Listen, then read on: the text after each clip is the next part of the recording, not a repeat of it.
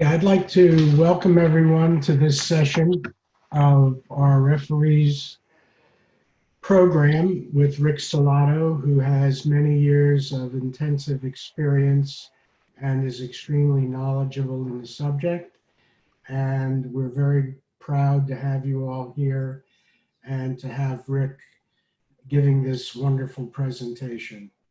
I hope you all enjoy it. If you have any questions, go to your chat room, write the question out, and we will provide answers. Thank you, Rick, and I'll turn it over to you. Thank you. All right, we're going to start now. Thank you very much, Jim, for that introduction. I very much appreciate it. I also want to thank Rob Riley for and Jim for having started this ball rolling in these presentations. And they do numerous presentations on different things. They're working on more. They'll have some on kata and judo technique and so forth. They've had previous ones on law, like the legal ramifications of running a dojo and so forth. I also want to thank Ken Durand for helping out, and he's going to be acting as a co-host, letting people in as they show up into the waiting room. I appreciate that very much. I have unmuted I've asked that the A referees present are unmuted so they can jump in at any time if I say something that is contrary to their belief and understanding of the current rules, and we'll go from there. We're starting where we left off. We left off with Wazari, the scoring of Wazari, the basic scoring of Wazari, and we're going to go into some of the other parameters of scoring Wazari in these next slides.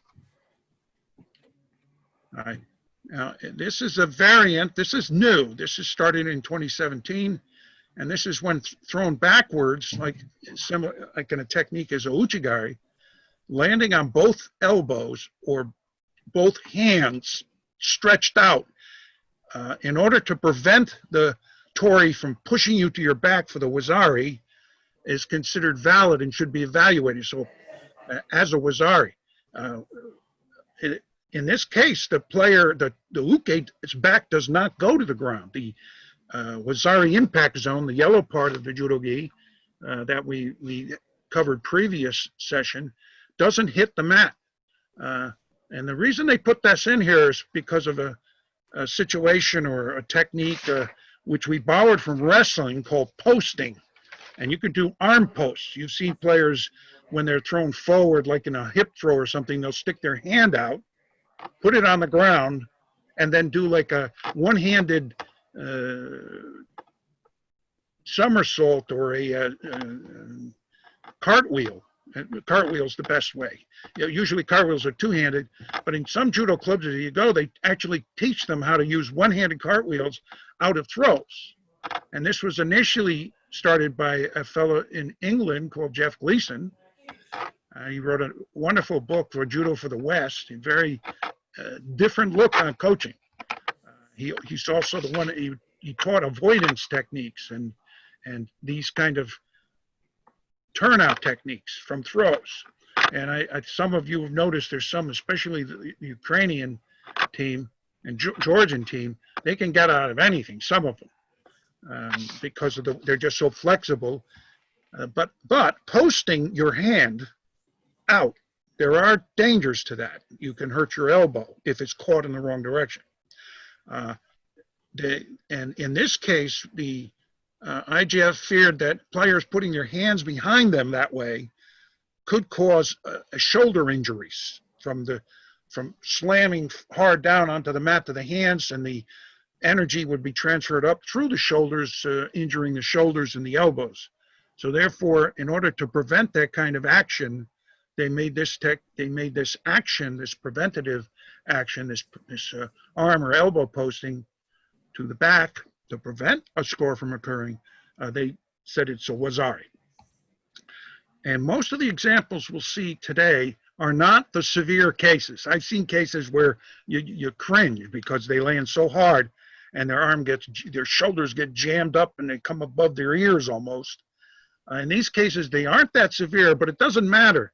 It's dangerous enough. It's close enough that they want this to be called wazari.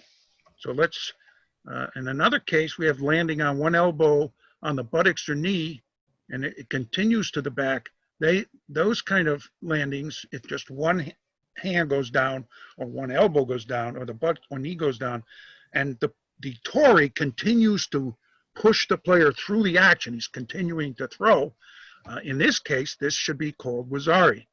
And in these cases, the second we covered, we called them long landings or 2-point or 3-point landings where the knee and then the buttocks and then the side finally lands. In these cases where there's a breakup in the landing, the highest score you can get is wazari. In order to get that ippon, remember, you can have rolling action, but it must be continuous, right, during the entire landing process. Obviously, a very clear ippon is when they are thrown directly to their back. But then if the rolling is continuous, that's ippon.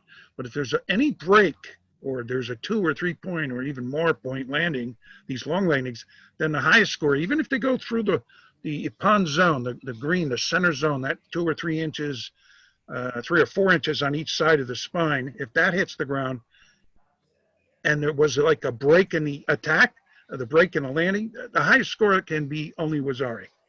We'll see some examples of this. Landing on one elbow or one hand is considered valid and should be evaluated as a wazari as long as the wazari panel hits the mat, impacts the mat. There's no wazari in the cases where the players land to the front. They're less than 90 degrees. So if they land on their side, straight side, then it used to be yuko, now it's wazari. If they land forward anything forward it's not supposed to score. So be aware of that. And as we showed you in the wazari case, there was one where the upper part of the uke's body was face down, but the part above the belt and like the waist area was at 90 degrees, and just that little bit being at 90 at impact, that makes that a wazari. So next and lastly on this page is if the elbow goes down, as a player's thrown like with a uchigari, and he puts one elbow down and the elbow is arched up or framed up so that it keeps the side of the body from hitting the mat. So if you look at it from the only thing actually touching the mat is the player's buttocks and his elbow, and there's space between from all the way below the belt, which can't score, all the way up to the armpit, nothing's touching, that cannot score a wazari. So, however, if the player, this is something from a few years ago, many years ago, 10, 15 years ago, if the arm lands that way, and then the tori continues to push him through, and the arm collapses under his side, they consider that a wazari. So you have to be aware of that situation. Does anybody have any comment on that? I believe that's still the way it is, as far as the A's are concerned. Okay, let's look at some examples. Now, I removed the sound. Last time I had a problem talking over this. Okay. Now, as you can see, the hands do not land simultaneously, which is not really, they say that sometimes, but it's not necessary. So we're going to do this in slow motion. As you can see, white is still throwing, even though he's on his knees. He started the throw standing. He places one hand behind, then he puts the other hand behind, and blue's trying to throw, but he won't go down. And the referee doesn't react to this. I guess this may have been before that rule came into effect. All right, let's see that again. As the player's coming through, blue puts his left hand down, blocking the landing, preventing his back, and then puts the other hand down. So this action makes that, even though the back didn't touch, it's still a wazari. I hope everybody sees that. In this case, Ouchigari, and he's also doing bear hug, but I watched it close enough and the arms came in separately. They didn't come in together. 1, 2. Then he's Ouchi, and White. That's another case. White puts one arm down, then he puts the other arm back, and this action is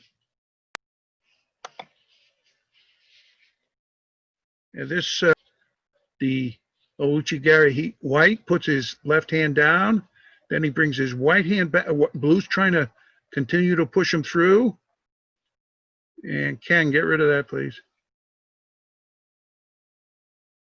And he puts both hands back. That prevents the back from touching. Therefore, it's a wazari.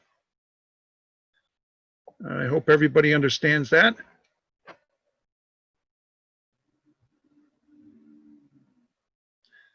Now we have this third example.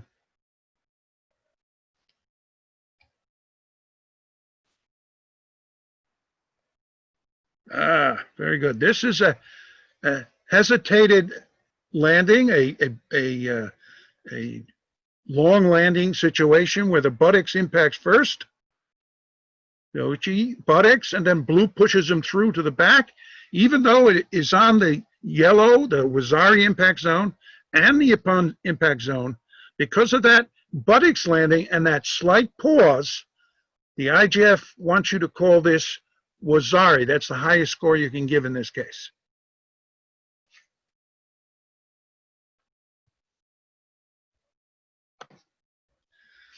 And let's just quickly, Ochimata and Ochi, and here he's paused, and then he pushes him through. And he even, notice he's outside, he's almost outside.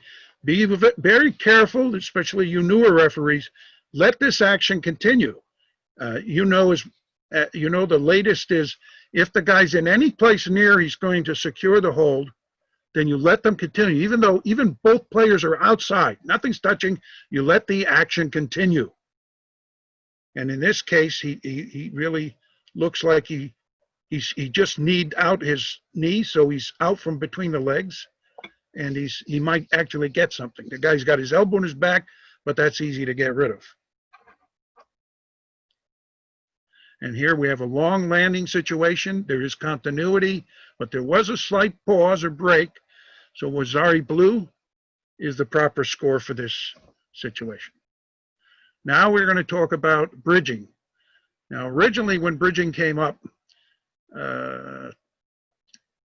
it was lumped all into one category, the bridging out of a throw or using head posts, where you used your head and you did a spin. I think many of you in the early days, I remember it, we used to practice bridges in practice, and it's one of the exercises. You start in a front bridge with your forehead on the ground, and then you jump over and land in a back bridge and then spin around to a front bridge. And then about 20 years ago, they said, don't do that. It's not good. The exercise specialists. However, in judo, you do have to bridge in some instances, not from throwing technique, because the forces involved with that are very dangerous, but to escape out of different holds. Bridging is important in escaping from many holds, so be careful of that, but also make sure you work on your competitors' necks exercises so there's no chance of injury. We don't want any injuries. So any case, this is the IJF wording, is all situations of voluntarily landing in a bridge position will be considered Ippon. These bridge positions are basically, as can be seen here, is when the back of the neck is arched, and the neck is arched, and the back is arched, makes it very clearly this is a bridge. And in these cases, the referee simply calls Ippon. There is another set of cases. A few years back, they divided the bridge to this clear throwing Ippon. He's trying to keep his back off the mat by doing this action, and it's a dangerous action for the neck, and we don't want to see that. We want to stop this action, so we give them an Ippon.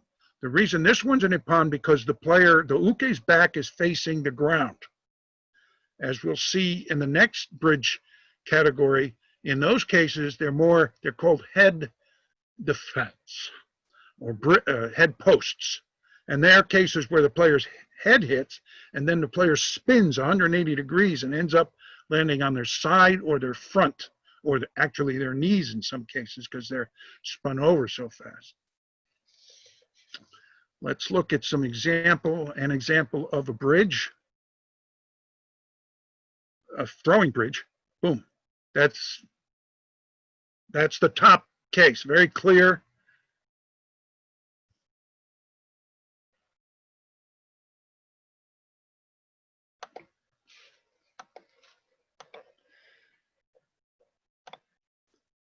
Now, let's look at it quickly here. The blue player does Yoko Tomoe-nage. He spins the player. Notice how White's head, his neck arches, and his feet go down. He is spinning, but he doesn't, if he had spun to the front beforehand, then the situation would have been handled differently. In this case now, this should be called Ippon. And because of the possible neck injury for the uke. And we also pick on this, even though maybe you don't think there was plenty of force on that, is because it's close enough. Anything close enough, we've got to stop. The other thing they pick on too is that, can you get him out? That black box will be there forever. Get him in. Yeah, bring him in, admit him. The other thing we penalize this for is that good athletes at the world level, like this player, players emulate them. They copy them. In teaching, they call it modeling. Some of it do it on purpose. Some of you do it unconsciously or subconsciously.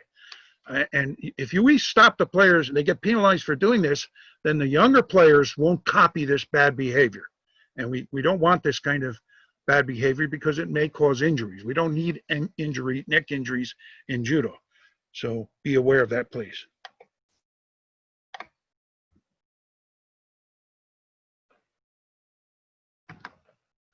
Okay, next we cover the second category of bridging. And again, voluntarily using the head for defense or head defense. And again, it's also called posting if you're involved with wrestling. And it's a case where the uke avoids the landing by spinning off his head. Instead of putting his arm out and spinning, he's putting his head out and spinning. And in these cases, it's not Ippon, but you call mate, and you have a consultation with your judges, your jury, and the chief referee, or the chief referee. It depends on your environment. As we heard in the previous one, that the IJF does things differently now. They have several categories of people that are overseeing the referees on the mat. They have a mat supervisor who can actually, by themselves, change the score for the referee. We also heard that the judges at IJF events really can't say anything to the referee unless they get permission or go through the mat supervisor. Now they have plenty of people to do that. All these mat supervisors are generally have to be a world or Olympic gold medalist, and they have to have had training. They have to have worked with someone else who's a supervisor, so they understand how to apply all the rules. They also attend the sessions that they hold in January, the IJF coach and referee seminar. That big event, there's like 300 people there, and they go through a lot of the videos. So in this case, don't try to make that decision by yourself as a referee. Always include your judges and your mat boss or whoever the high referee on your mat is.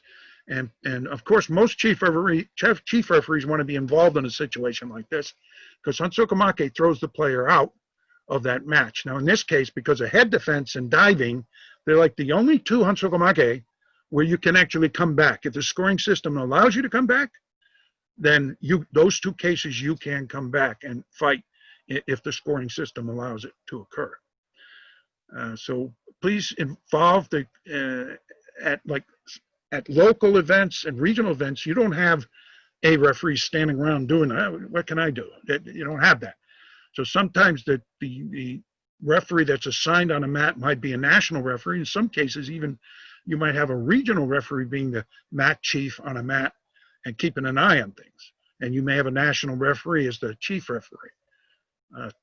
In those cases, you go through the hierarchy and get as many people involved to try to get this straightened out. In these cases, uke usually, as I mentioned, lands on the front or the front side or the knees. So let's see some examples of these. Rick, Yes. there was a quick note from Jake. I thought illegal judo gi could also come back. No, that, how do I put this? That is a U.S. rule. The IJF, if a guy has an illegal judo gi at the IJF, they actually remove the coach. The coach cannot coach that player for that match.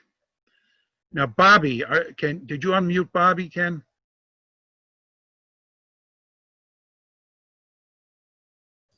I don't think Bobby got in. All right. Well, he tried. Yeah, he tried. Alberto, are you in? Ken, did you unmute Alberto? Alberto, Bobby Donaldson is a IJFA referee, and he's one of the top 2 in our country. He's rated, he's one of only 4 on the list, the higher elite referee list, published by the IJF. And hello, Alberto? hello. Yes, can you hear me? Yes. Yes, in the IGF events, the control gi is done outside by the Control. the control gi is done outside. The referees really don't participate much more in that particular part. But you are right. The coach will be removed if the gi is not proper. The coach won't be allowed to coach anymore. But it's very, I had not really seen a guy with a wrong gi in any tournament, international tournament. Well, at least my participations, I mean, I go to some Pan Americans, World Cups and things like that. And I haven't seen that in a long time because the control is, basically the gi is controlled outside the mat. And, you know, there's no way around now. Okay, great. Good to hear. Again, the IJF has the personnel to do that. They put you in, when you go through control there, it's almost like frisking. I think I've been to one where they use the metal wand to check for metal objects.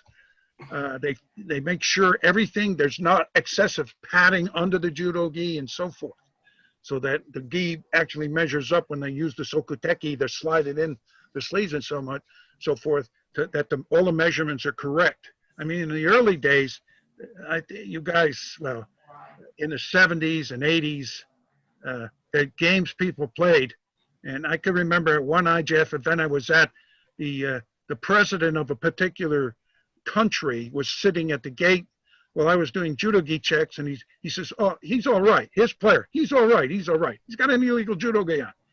And the other people say, "Oh, okay, he can go through." That kind of stuff happened. It doesn't happen anymore. The current regime running everything wants to make everything as fair as possible, so they make sure the judo gi is the judo gi control issue. In the U.S., however, we don't have judo gi control. The referees are judo gi control, and that means that someone on the mat in some big events, if you have enough referees, you assign 1 or 2 referees to do judo gi control. And you remove them out of the rotation, or you leave them in a rotation, just make 2 spots or 1 spot for judo gi control. And that prevents people getting on the mat with illegal judo gis. So be aware of that. That's another whole thing.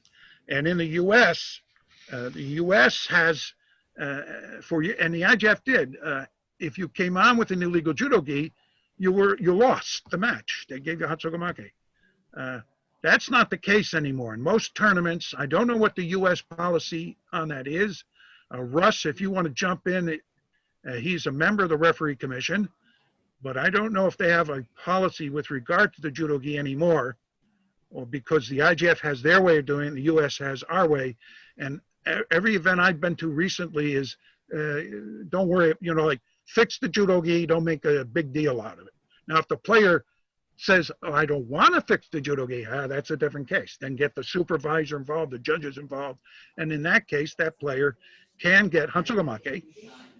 And it the judo gi thing was under the category of being able to return.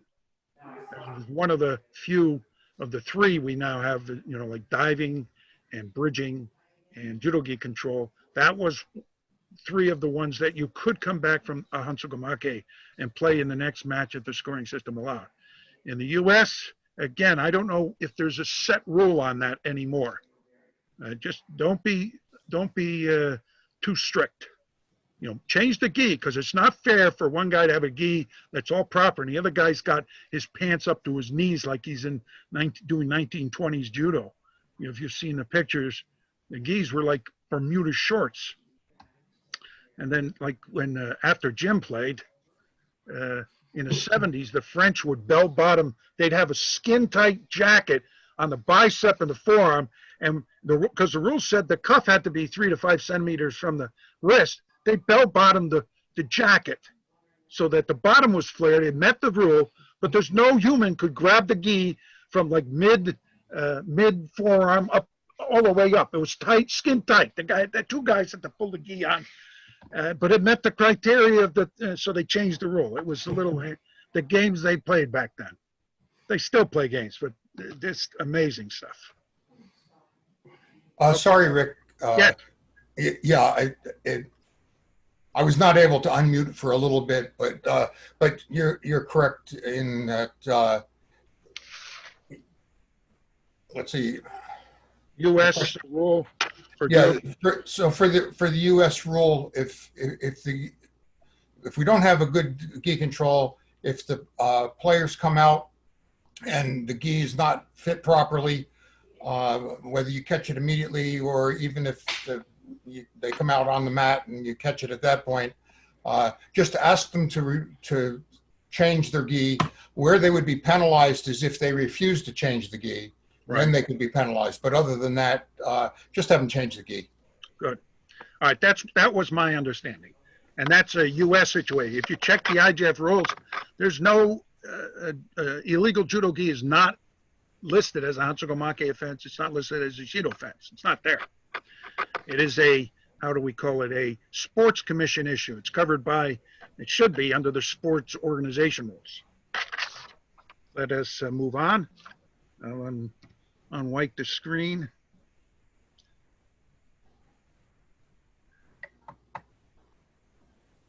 Let's watch this situation.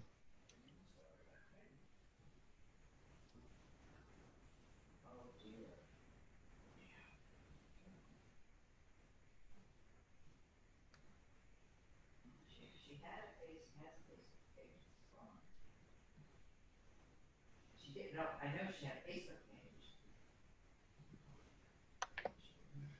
Okay, here we have it. Players doing a throw. Blue. Head down. There's no need to put his head down. Now notice how the head turns. Oh, will someone get me some ice, please? I'm feeling that. These people shouldn't do that because I cringe. I've seen too much of this. I've seen people hurt on this. And thank God these athletes are so strong and so hard and tough that they get up like nothing happened. Most of us would be, oh, my neck hurt for a week just seeing this because it just scares the bejesus out of me. Yeah, Bobby was in, but he seems to have, thanks, Ken, for getting him in quick. All right, so there's the head. And notice how the player, he's already turning. Now this could be, you can have a fight on this, whether just give it a pon or a hansogamake. Your choice. I don't care. He's going to get whatever he gets, he's out. Because this is dangerous. Everybody sees how dangerous this is, please. Very dangerous. Next is another example. That's gonna More ice.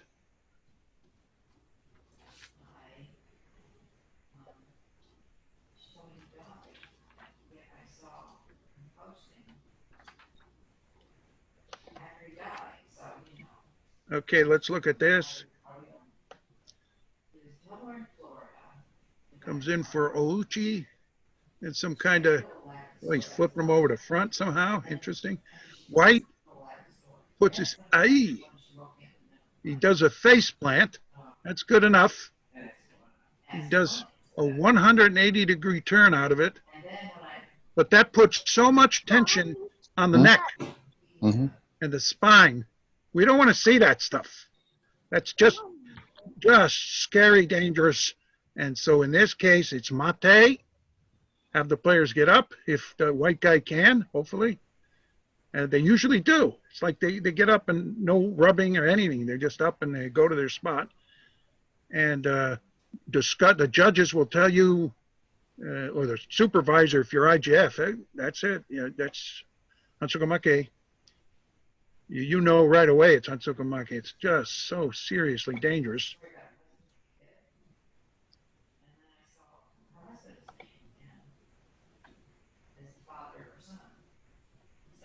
All right, and the next example.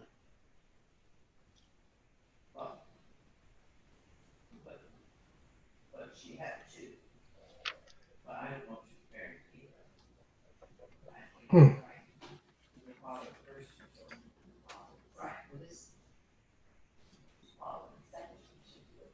Uchimata and Blue's head.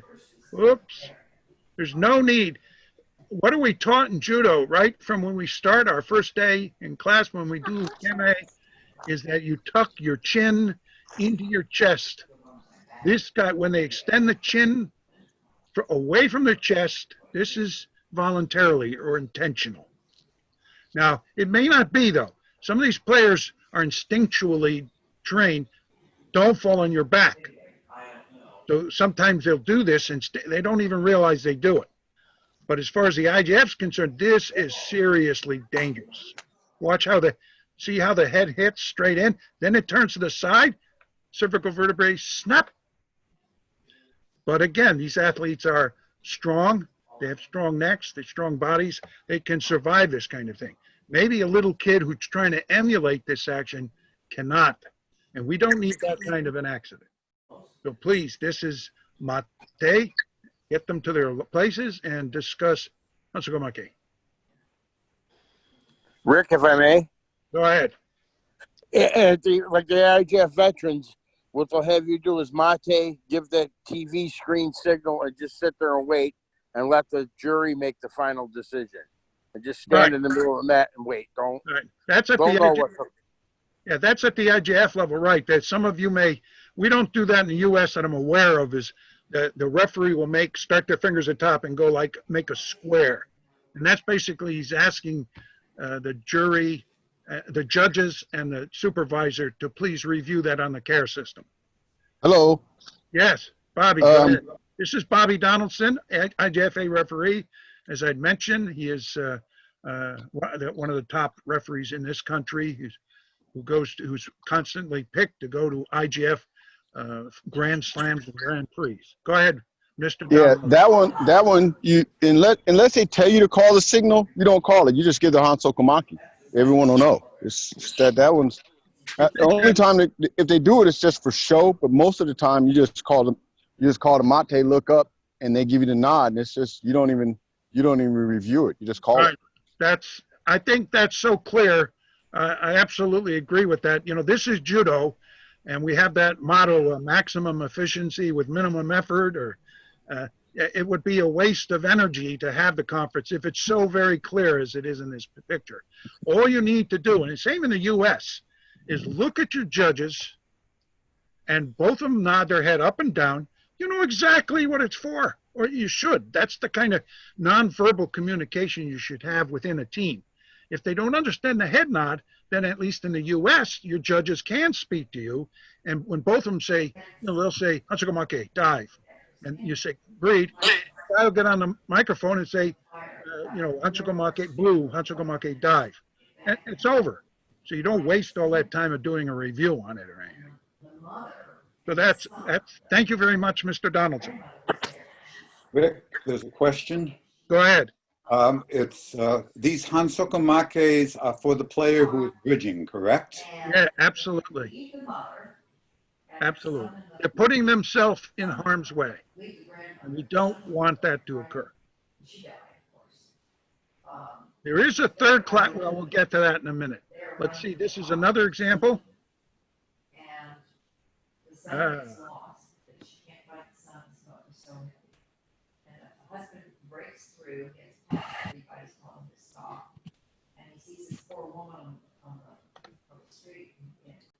We're watching this throw occur.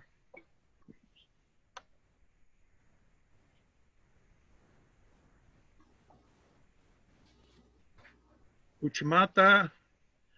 Look, White's already started. If he tucked his chin in and did a 180-degree spin, he would have been okay. But when his head hit like that in an arched position, that puts him in very danger. And he goes to the front, and therefore this is a mate situation, and IJF says Hansukamake. Look how, look, crack, more ice. This guy needs to go to physical therapy, or I do from just seeing it.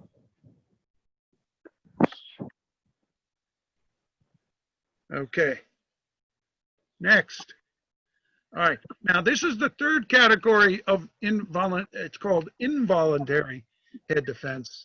And this, you know, we say it, it's easy to read it, but let me tell you in the field, I think they think it's easy to call. It is not easy to call because sometimes you'll see,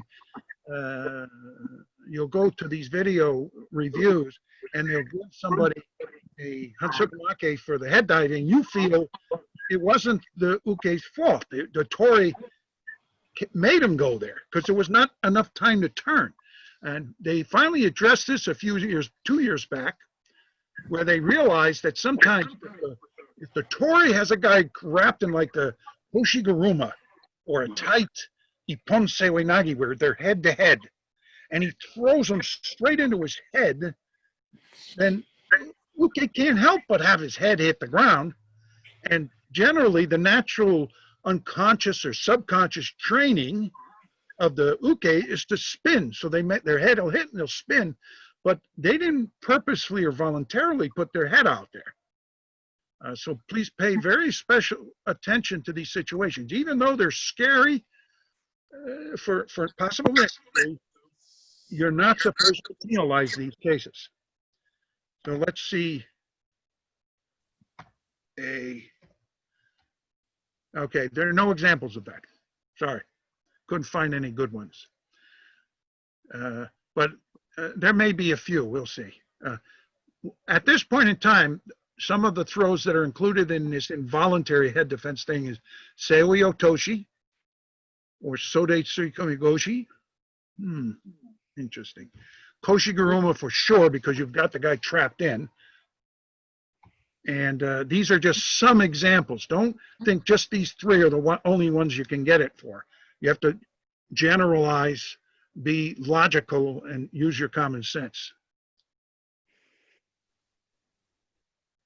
Yeah, see, we're throwing people out accidentally. He's the second time he's tried to get in. Okay, here we go. This is see, that's, I mean, you could, I bet there are people who argue, oh, that's a dive. It's a head defense.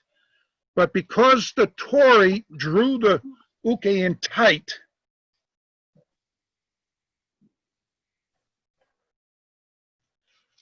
they're saying in this case,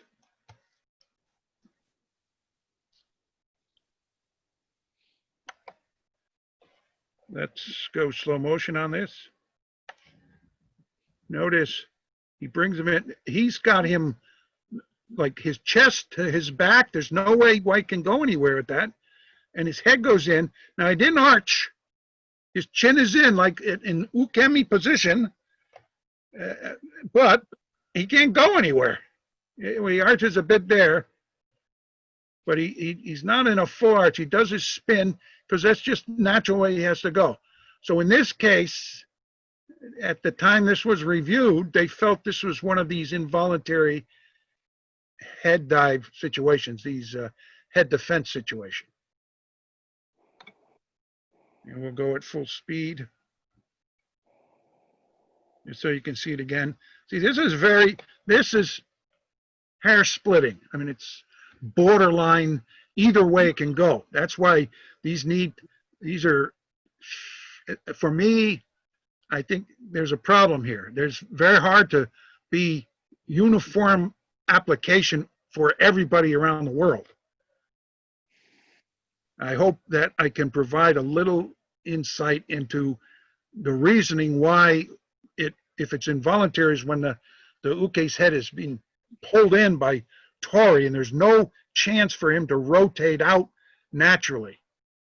So that's the case in this example. Here's another example.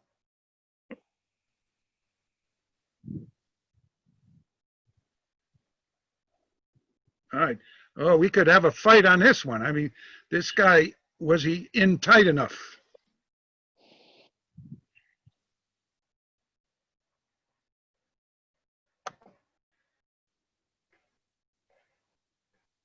Now, obviously, we don't have this lovely slow motion stuff. It'd be nice to have this installed in our brains as referees, but we have to see it at full speed. And so you have to make the decision. He does his drop, seoi nage, or seoi toshi.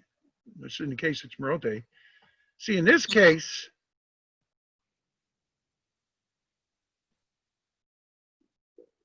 he doesn't arch his head doesn't, his neck doesn't arch, but he spins beforehand.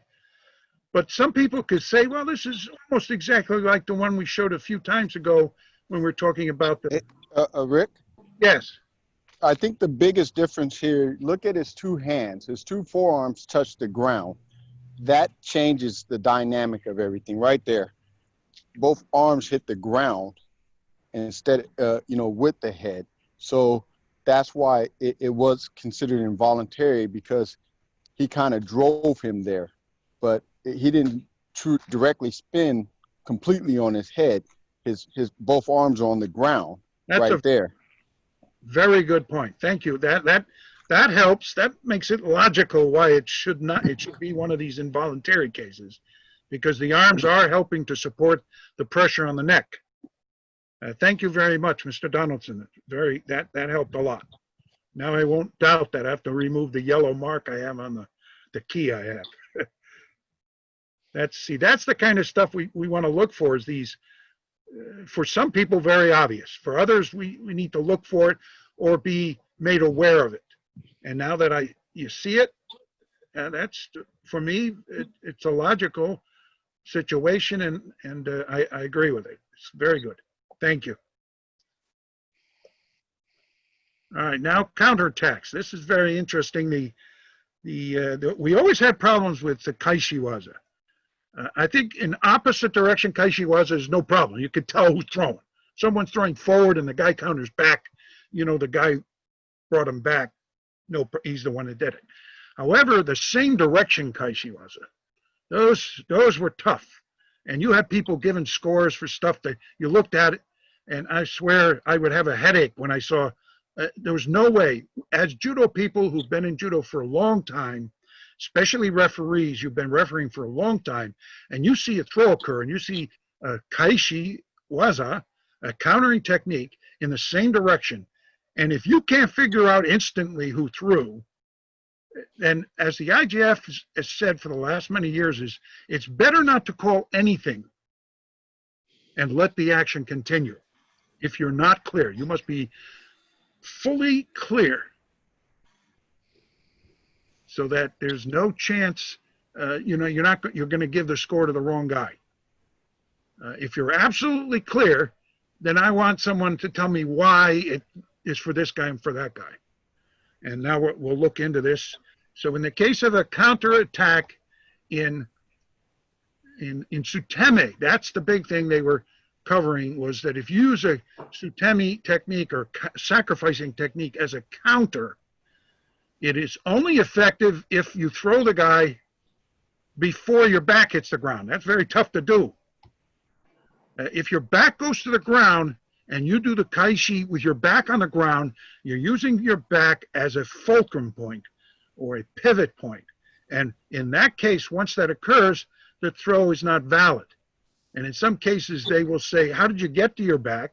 If the original tori threw you to your back or started throwing you and was in control on the way down, and then we could see that you stepped in and did your kaishi while the throw was going on, I'm sorry, but the first guy's probably going to get the credit for the score because you just made his probably a wazari landing into an ippon because you jumped in for it. And once your back hit and you started the throw, you're too late. It doesn't count as kaishiwaza. And the IJF made that very clear. It was for some people understood that for years, and the IJF tried to define this now that in this particular case you can't use suteme, kaishi suteme, or as kaishi as using suteme, and the back cannot hit, and then use the back as a pivot point. So keep that in mind. That's the most important thing. In the case of kaishiwaza, the tori can see. I can't read that. Is only applied in a counterattack. You cannot use the back as a pivot or a fulcrum point, as I just said. And if a score can be given, it will be assigned. In other words, if the kaishi is done, it needs to be done very quickly. I've seen this happen where players do kaishi, but they do it so fast that they do it in the air, and when they either land at the same time or the uke lands a little time before. So you see the control, the kaishi, the control was taken from the original tori, and it was transferred. You could see that control transferred, and at impact, the new tori is in control. And in those cases, that can score. Now, hopefully we'll see there's some more description here. If two athletes land together without a clear indication as to either one, then no score will be given. We call that, the IJF doesn't use this word, but in the US we use a term, I think it's from Kendo, kosatsu, when both players strike each other exactly at the same time, they're both killed. Another term that you could use is hikiwake, or which we don't use. I think in team contests they use, but in individual contests we don't use that. In this case, when one player throws and the other one counters it, and then they both land facing each other and they both ki, which they don't do nowadays, and they both look up at the referee, in that case you don't give anything. If you don't feel either player was in full control, then you cannot give anything. And we call that sosatsu. Any action after the landing will be considered newaza. As I mentioned, if you use the newaza suteme, or I'm sorry,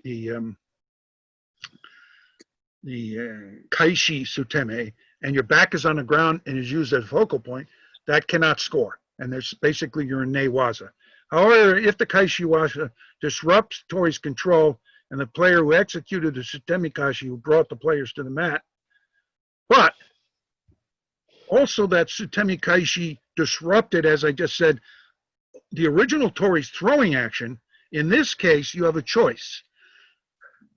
You don't give the score to either of them because neither had control at impact. I hope you understand what I just said. This is an important point.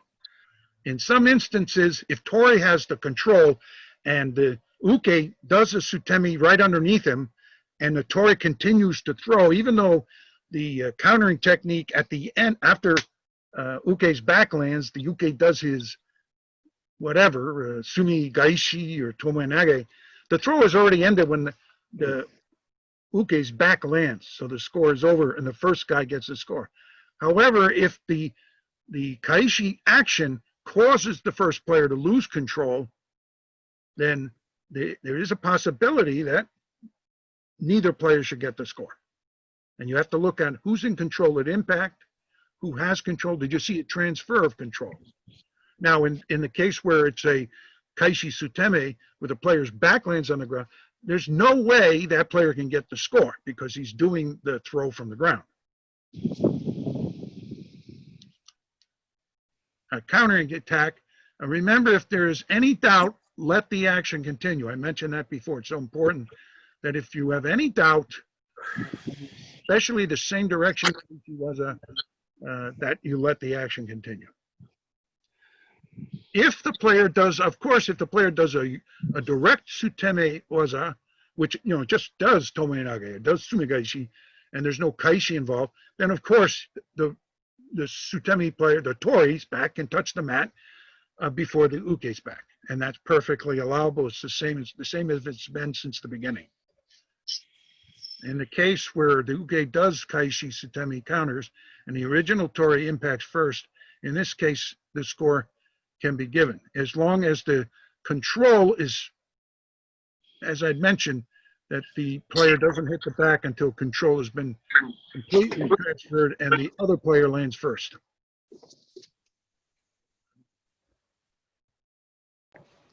Remember riding situations. Some of you may not be familiar with that term, but it's something that Dr. Ashida mentioned to us at clinics up at the AMCAN, and I felt it very clearly. In some cases, people don't know the difference between throwing a guy and riding a guy. Sometimes the guy will end up being, at the end of it, the thrown guy will end up on top of the guy, and the referee will give him a score for an action he had nothing to do with. He just held on for dear life, hoping to God he wasn't going to be thrown away. Kind of well, no, better not. Okay. People, if I start making movie references, no one will, they'll look at me and, is he old? It's a movie from Okay, here we have a case. We're going to watch this at full speed. And I ask you, you have two choices here. Here you've got blue comes in for the Kouchi, and white does this Uranage or something like that. But who's doing the throw?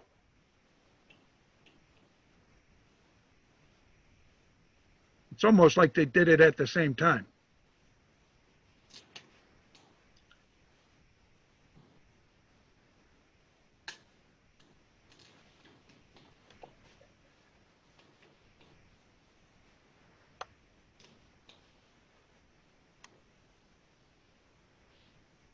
All right.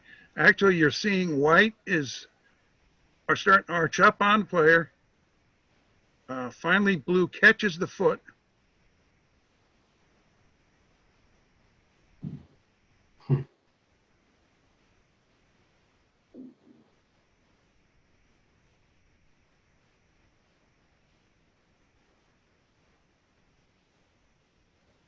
Now this, could have a good fight on this one.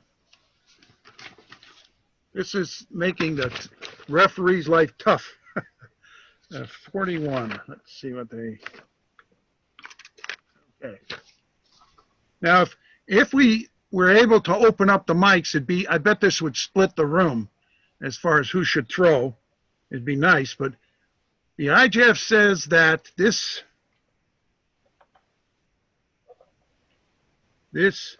Ouchi took the control away from white's. White is doing the Ura, the Tame. Blue catches the leg. Blue lifts the leg up. Now, this is important because he keeps the leg up. Right there, you can see white falters. White goes out of balance, and blue is in charge of this throw.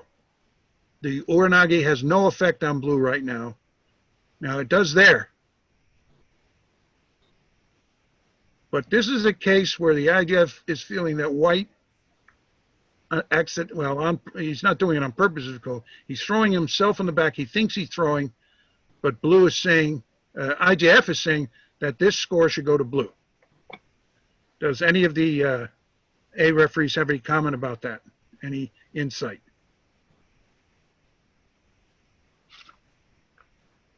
If you unmute yourself and you can jump in, take a few seconds. Okay.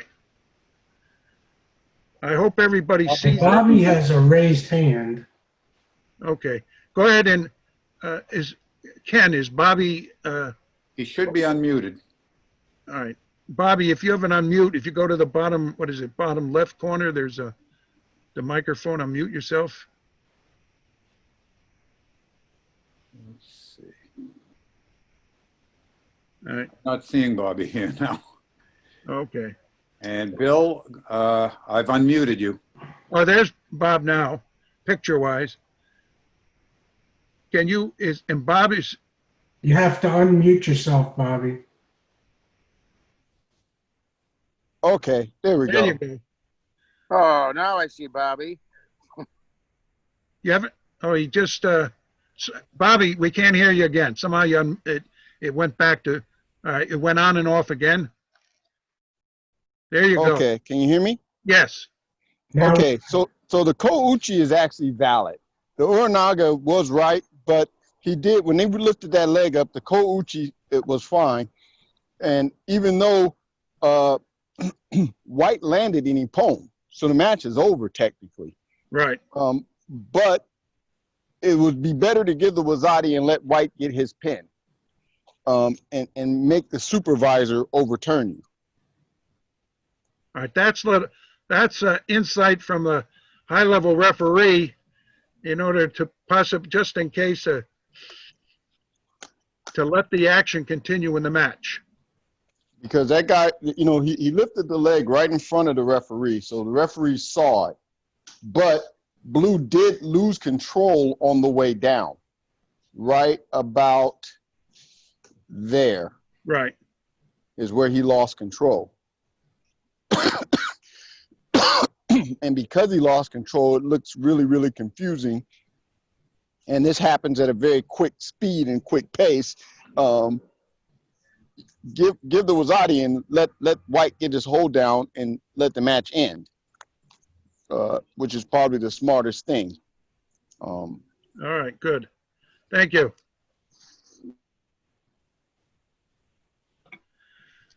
All righty, let's move on.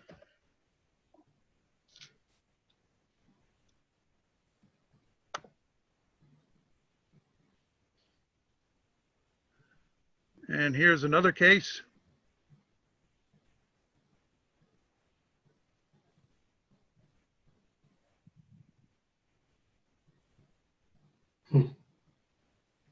This is another interesting case. White does Ouchi, Blue does Uchimata, and White goes over.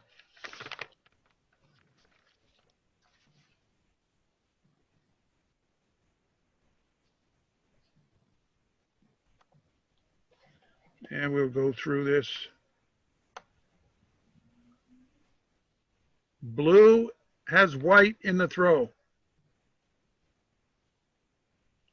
Now, White seems to be able to try to turn, but she's actually not doing the throw.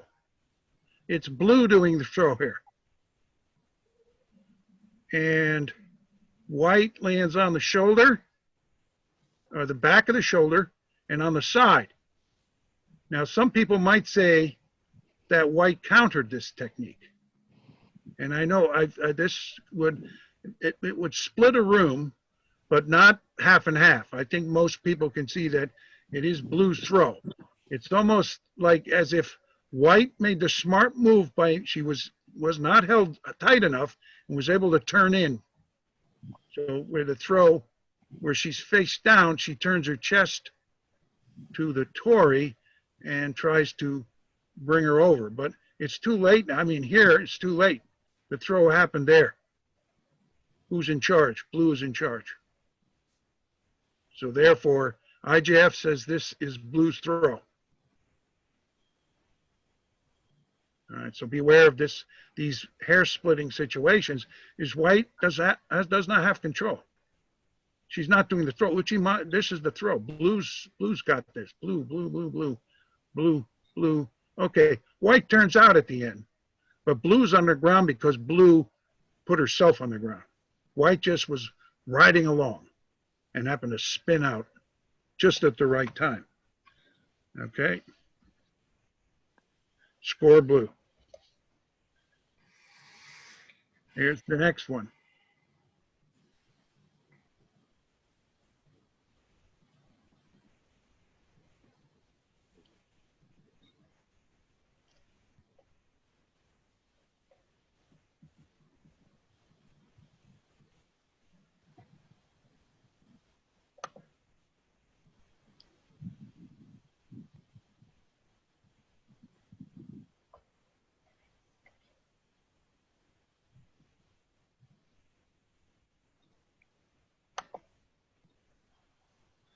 All right, let's look at this.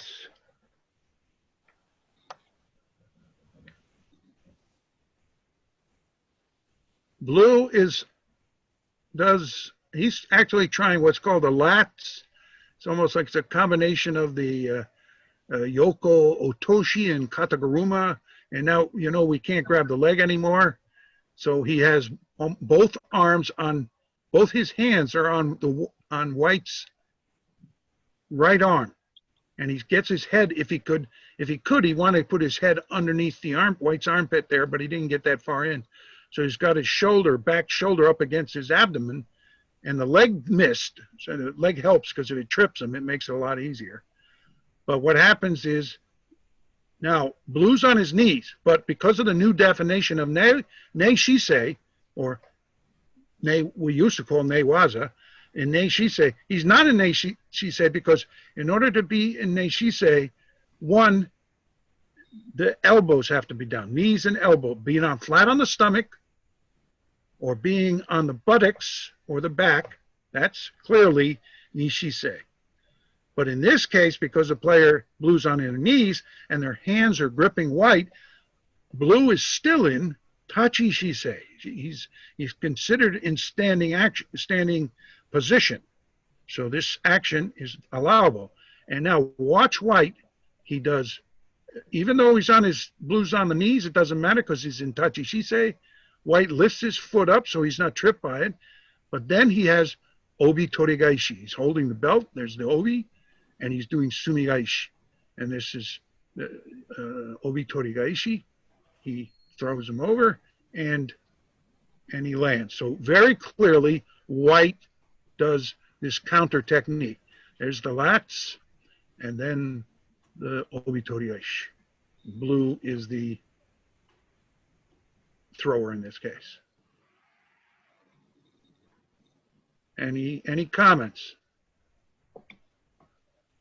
Okay, let's move on to the next one.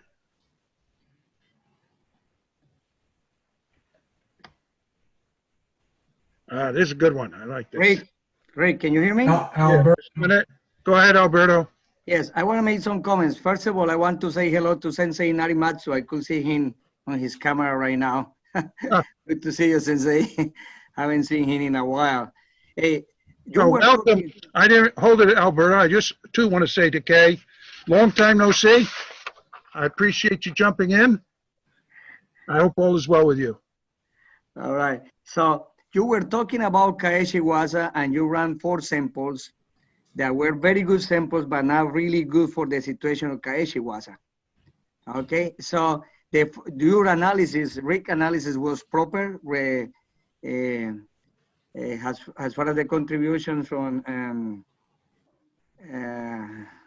in regards to the Kaeshi Waza situation, I just wanted to mention, if you are a referee, since we have many referees here, many guys that may not have that much experience, if you are a referee, do not ever stop an option that you don't know what to say. That's the first thing, because if we see the 2 ladies with the Uchimata, the lady in blue with the Uchimata and the other lady that was kind of counting, just say what you want to say and wait for your people outside to tell you something, But don't stop the option to look at your judges and see if they're gonna look at the camera, or to look and say, hey, can you show me the camera? I just stop the option. I want to see what it is. See what it develops after that.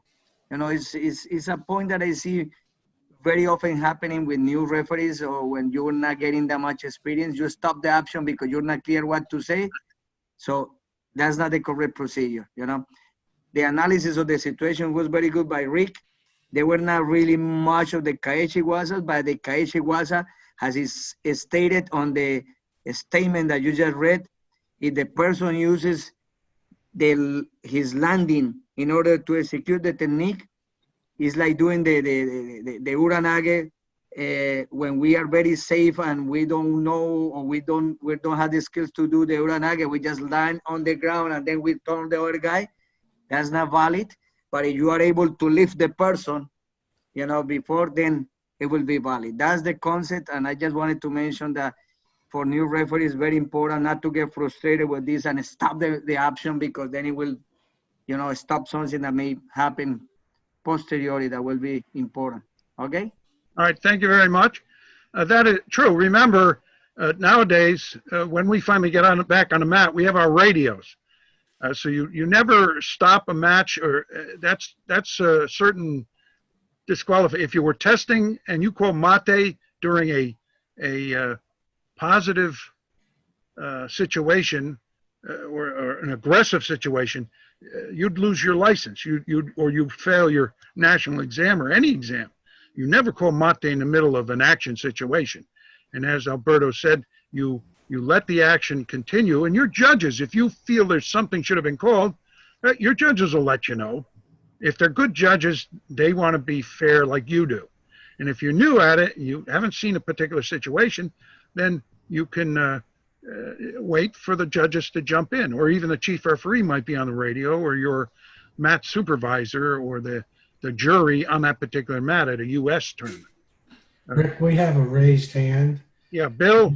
Yeah, I'm trying to unmute you, Bill. Go ahead and try to unmute yourself also. There you go. Am I unmuted? It keeps kicking me out. Okay. So Alberto touched on what I was saying, exactly what I was saying. I was agreeing with Alberto, but it keeps knocking me out. Maybe he doesn't like you. I think Rick's got his finger on that button, I think. I'm too busy trying to keep up with this crazy software. So, okay, good. Thank you very much, Alberto and Bill, for your input on that particular situation. Let us move to this next situation. We'll watch this at full speed. And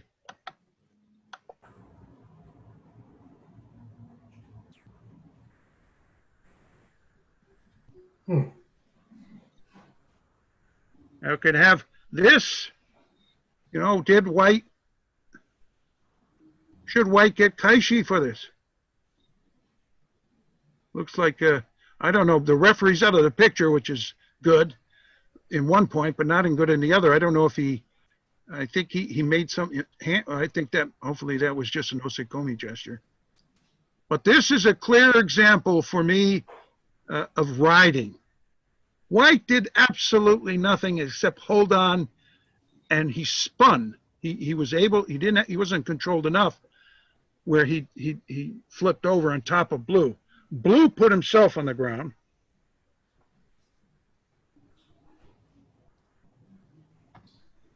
In that case, if I may. Yes?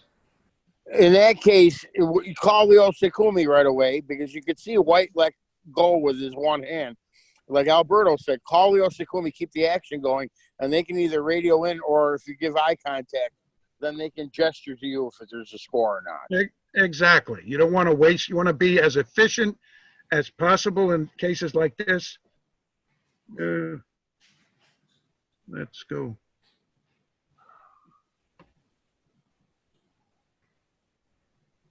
Oh, we went in the wrong direction there.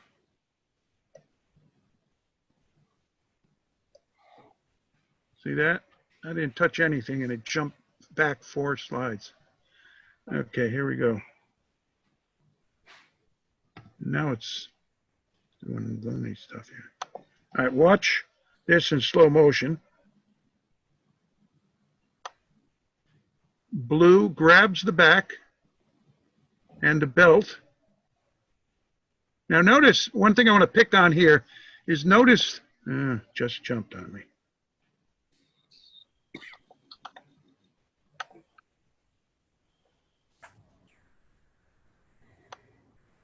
And this is a good example of, notice Blue has both hands, he has his right hand on the belt, but some of the hand is below the belt. And as everybody knows, if you grab the gi below the belt, it's Shido, mate and Shido. But in this case, as long as Blue is touching the belt with some of the hand, anything below the belt doesn't matter. This is like right on the edge kind of situation. So you let the action continue. And Blue does, this technique is known in international circles as a carbarelli. It's a standing sumi gaishi, or in this case, it'll be a standing obitori gaishi. And the player comes up with this inside leg, pushing him, flipping him straight over. Blue is doing the whole throw. All White does, instead of getting thrown to his back, he puts his hand down and does a slight post and spins around. And there's no way White should get credit for that throw. However, as Bill Gugino said, and another IJF referee, is that he's right into Kamisho Gatame, and the referee should call this immediately. So I hope everybody sees this is a very clear case of riding. Blue is the aggressor, the attacker, the Tory through the whole thing, and he goes down. And White's, even though White's on top and he's chest to chest, there are people who have, and probably still will, call this a score for White. And that would be incorrect. Okay, I hope everybody sees that. And next. Let's go next. Kaishi riding. Here's another case.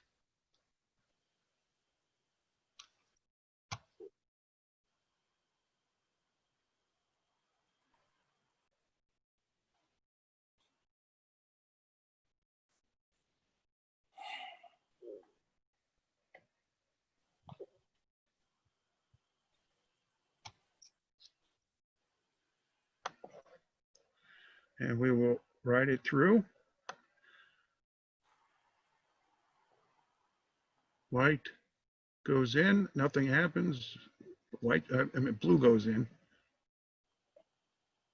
It doesn't seem to, he tries Ouchi, but doesn't get anywhere with it. White steps out of it. And then Blue goes in for Tani Otoshi or Nidan Kosotogari. You'll fight on that one at the techniques class. Okay.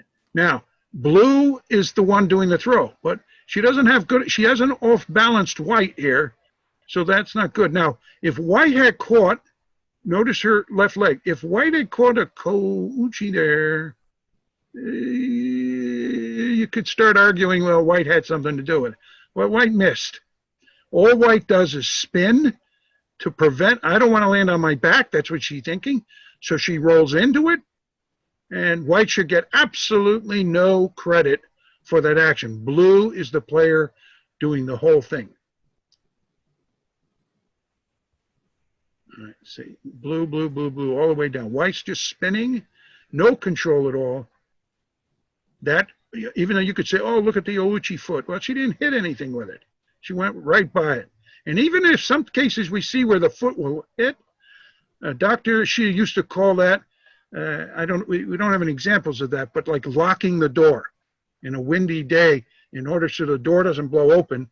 This is especially true in like an uranage. When a player's being thrown an uranage, the top player being thrown, sometimes they stick a kouchi in behind the knee to prevent being thrown away or blown away. And that put in does not mean that that player who's in the air being thrown has done a throw. All it is he's done a foot block to lock him in so he doesn't get thrown away or blown away. So please be aware of that. Here's it in full speed again. We'll see it one more time. Oh, let me pick on this referee. Sorry, referee.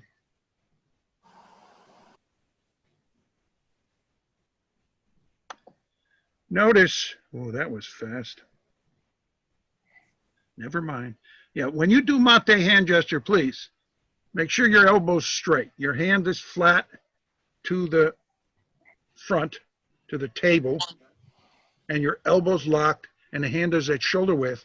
And all hand gestures should be 3 seconds. He was too fast. Now, some people, they don't pick at this level. If you survive, and you're going to have 1 second hand gestures. But let me tell you, the best referees have 3 second hand gesture. It makes you look more professional. And the way your hand is held makes you look more professional. If your arm is bent, that doesn't look good. It gets the point across, but it does not look good. That's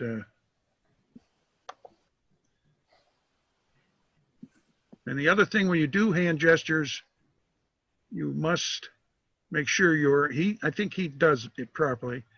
Yeah, make sure your thumb is in. Some people do their mate with their thumb out, and they do ipan like they do every gesture with their thumb out. Just tuck it. Don't tuck it under, because that looks tense. But just tuck it to the side. So when you do your wazari gesture, your hand is flat, and your thumb is just tucked to the side. When you do your pan, it's the same. When you do your mate, it's the same. Osekomi, the same. They call this a knife hand. And they teach in the military, instead of pointing at people, you use this gesture. Now, let me tell you, getting off the subject, but it is referee related. The knife hand is only used when you do gestures. When your arms are hanging down by your sides, you should have a natural curl in your hands. Like, see him? I can tell that's natural human beings. Their hand is curled that way. And that means he has no tension. If your hand is stiff, if you're walking around with one or both hands stiff, then I know you're nervous, that you're not happy being out there. Now, you may be happy, but your subconscious is telling me that you're nervous. So you don't want that curled up. You don't want that stiff hand or curled up hand. Some people make fists, so they'll bring your little pinky in and squeeze it. That means there's tension in your system, and you don't want to see stuff like that. All right, let's move to the next one. And here's this same kaishi riding. And here's another case of kaishi.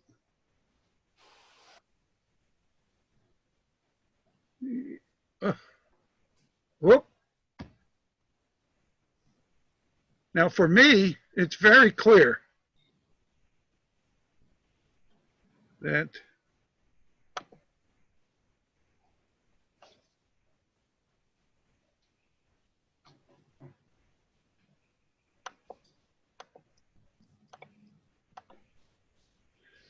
I don't know, it doesn't want to move.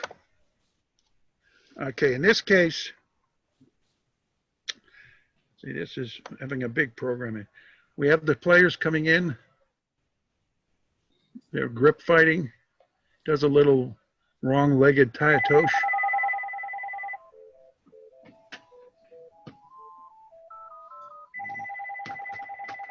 Then, okay, here blue comes in and does ura, okay? White is just holding on.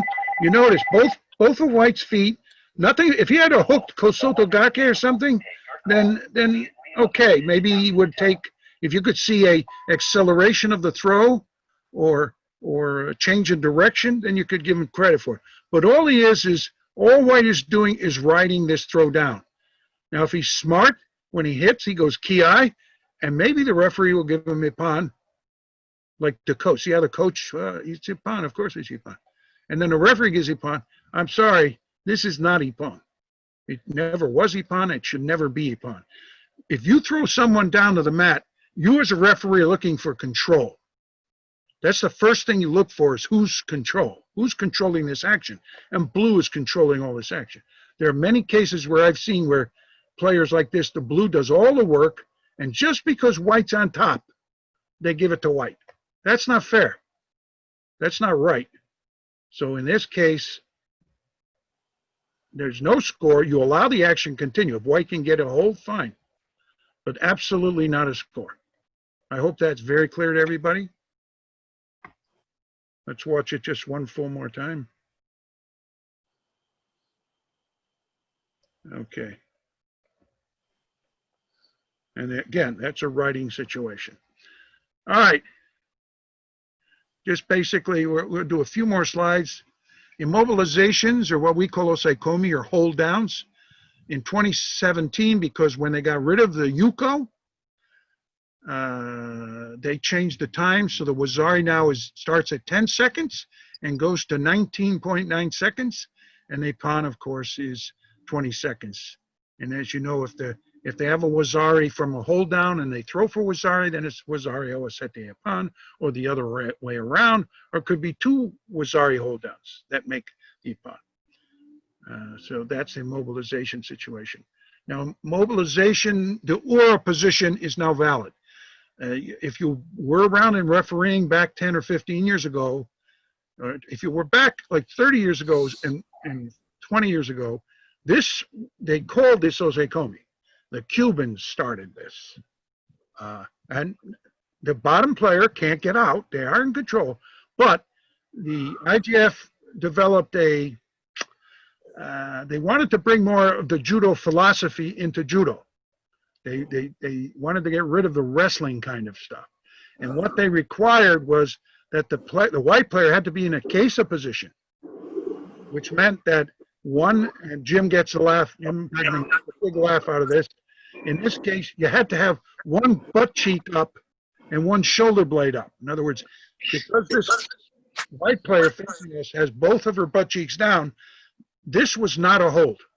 If she had turned into a little bit, just lift that one butt cheek off the ground and brought the blue's knee across her chest and stacked her up on the top of her shoulders, that could be osaikomi, because now the white player is in, this is called, by the way, ura gatame by the IJF. And if you could stack them up that way, then osaikomi was valid. However, they gave up. No one could figure out what kesa was and what it wasn't, and they weren't following it properly. So a few years back, 2014, they said that even if the players got both butt cheeks down, which is, judo purists in Japan are like, oh, they're cringing that this is happening. But if they can hold them in that position, then this is osaikomi now, and it has been for the last few years. So be aware of it. I think most people have heard this, and you understand this. All right. In kata shiogatame, with the arm out, these are stuff they show. This has been the case. I call it kata shiogatame. You'll see a picture of it and you'll know what I'm talking about. There is no kata. You've never heard of kata shiogatame. You know tate shio and kami shio and yoko shio. But kata shio is a variant of, I don't know what it is. But they do it. And in this case, this throw, if you don't have an arm controlled, it can't be a hold. That's something new that came out in 2018. Maybe it was a rule. They thought it was part of the rules the whole time. I never heard of it, that you had to keep an arm in control in order for it to be an osaikomi. In yoko shiwatami, you're not controlled. Both arms are free. In any case, the other case that's very interesting is that the bottom paragraph, this now includes, for an example, kube katame, which is a no-arm kesagatame, where just the head is being held. Now, for the years past, we were told that if the player was gripping like that, just a headlock, that's not a hold. But if they were grabbing the shoulder of the gi, that could be a hold.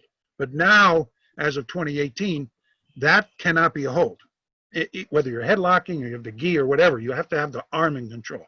So let's just see an example. Here is the kata shiogatame. Notice how both arms are here.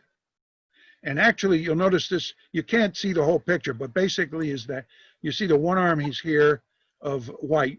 The other arm is actually gripping the shoulder. That's the reason why blue can't turn out, is that the white player has a good chunk of in his hand and is preventing the player from turning anywhere. Now, the other issue, this is not osaikomi. You can't call this osaikomi. However, let me tell you, if this arm here were underneath Tori's body and Tori kept his hips up over the top like he has here, and he would lay down his chest on the arm, that is osaikomi. That is a valid kata shiogatame. And here is a cage. Watch how this player enters in to a katashio, but in this case, she has neither arm. Both arms are free. The referee here didn't get the memo. But this is not a hole. IJF says this is not a hole because the arms are free. If Blue had control of one of those arms underneath her chest, between her chest and the ground, then it would have been called. And also, damn, watch that tap out. Be very careful about tap outs like this, please. That little dainty tap out, I've seen players do that and then say, I didn't tap out. Make sure they tap big. And watch this dainty little, see, she's grabbing, pushing, grabbing, and then all of a sudden she goes.